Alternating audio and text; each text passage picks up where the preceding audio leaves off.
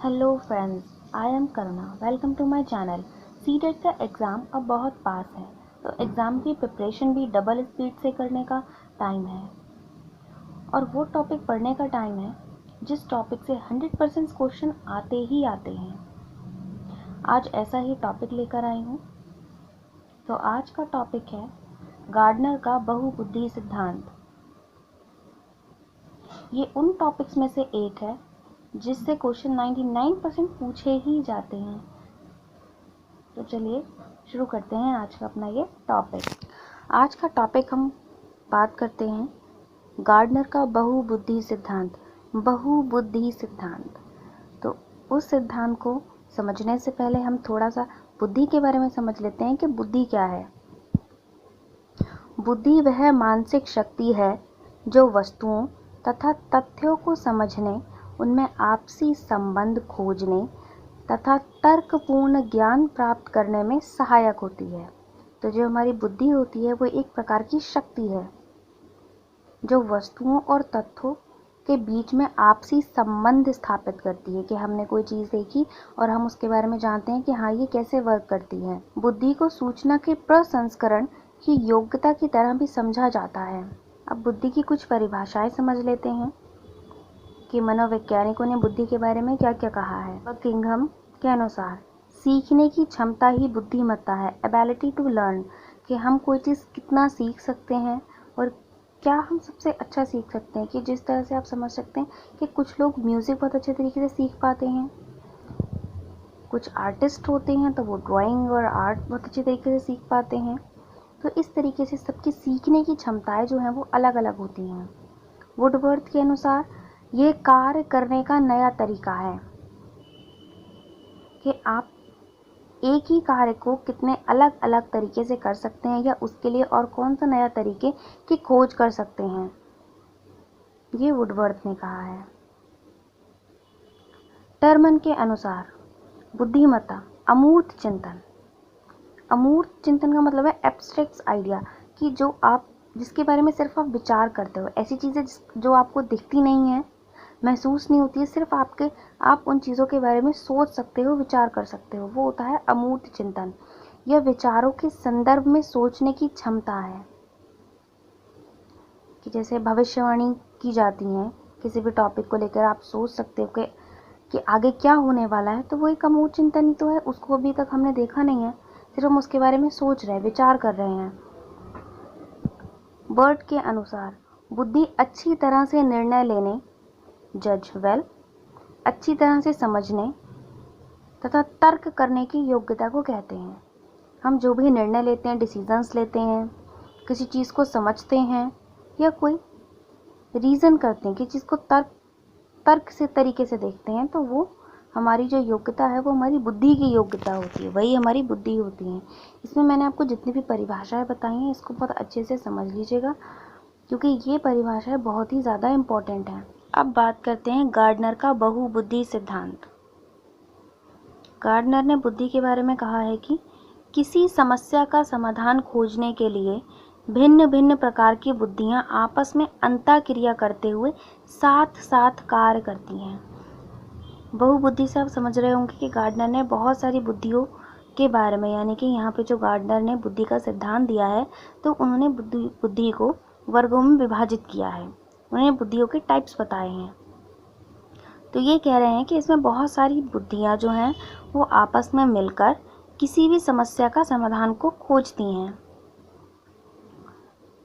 Gardener ने ये जो बहुबुद्धि सिद्धांत अपना बनाया है, इसका जो अध्ययन किया गया वो सिर्फ प्रतिभाशाली व्यक्तियों पर ही किया गया था।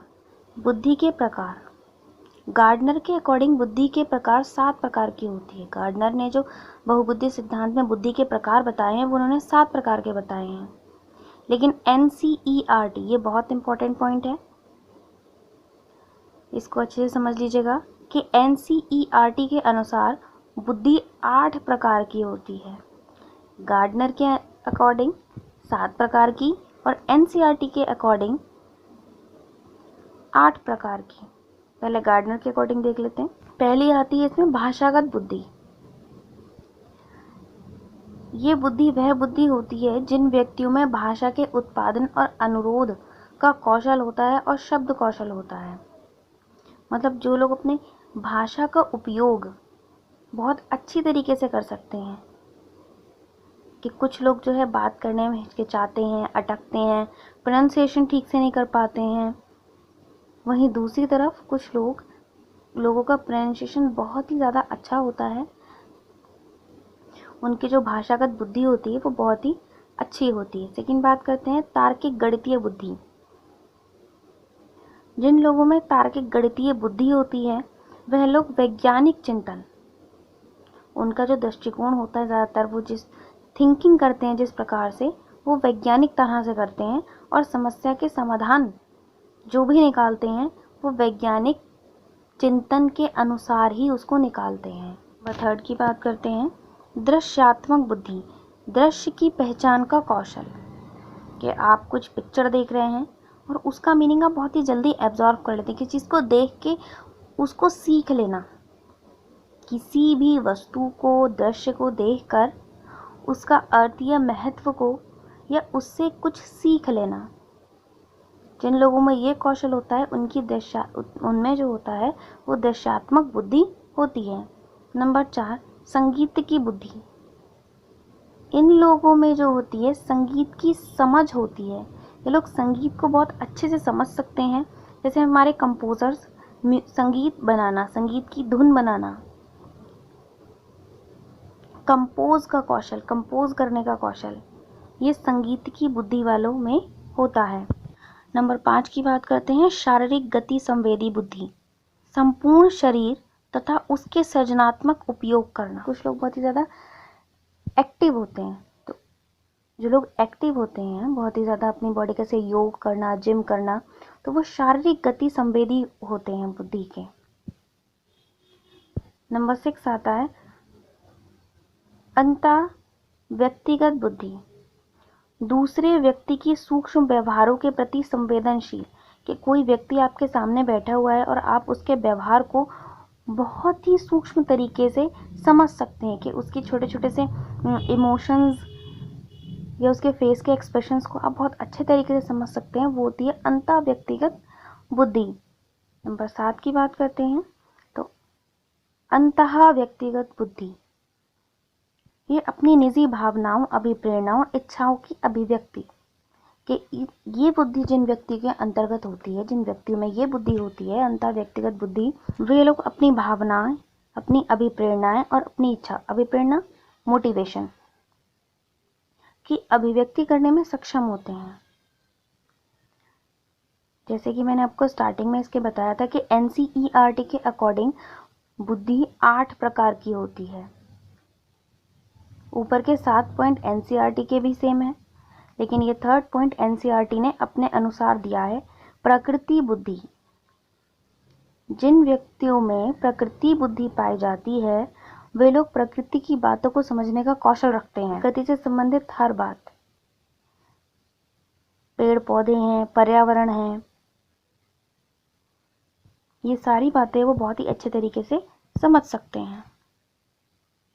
तो ये तो हो गए NCERT और गार्डनर की बहुबुद्धि सिद्धांत के अकॉर्डिंग उनके प्रकार। अब इसके शैक्षिक आवश्यकता को देख लेते हैं। इसमें नंबर 1 आती है व्यक्तिगत विभिन्नता के लिए। ये बहुबुद्धि सिद्धांत की आवश्यकता पड़ती है कि लोगों की व्यक्तिगत विभिन्नता को समझने के लिए। नंबर 2 विभिन्न शिक्षण विधियों के लिए, क्योंकि सभी में व्यक्तिगत विभिन्नताएं होती हैं।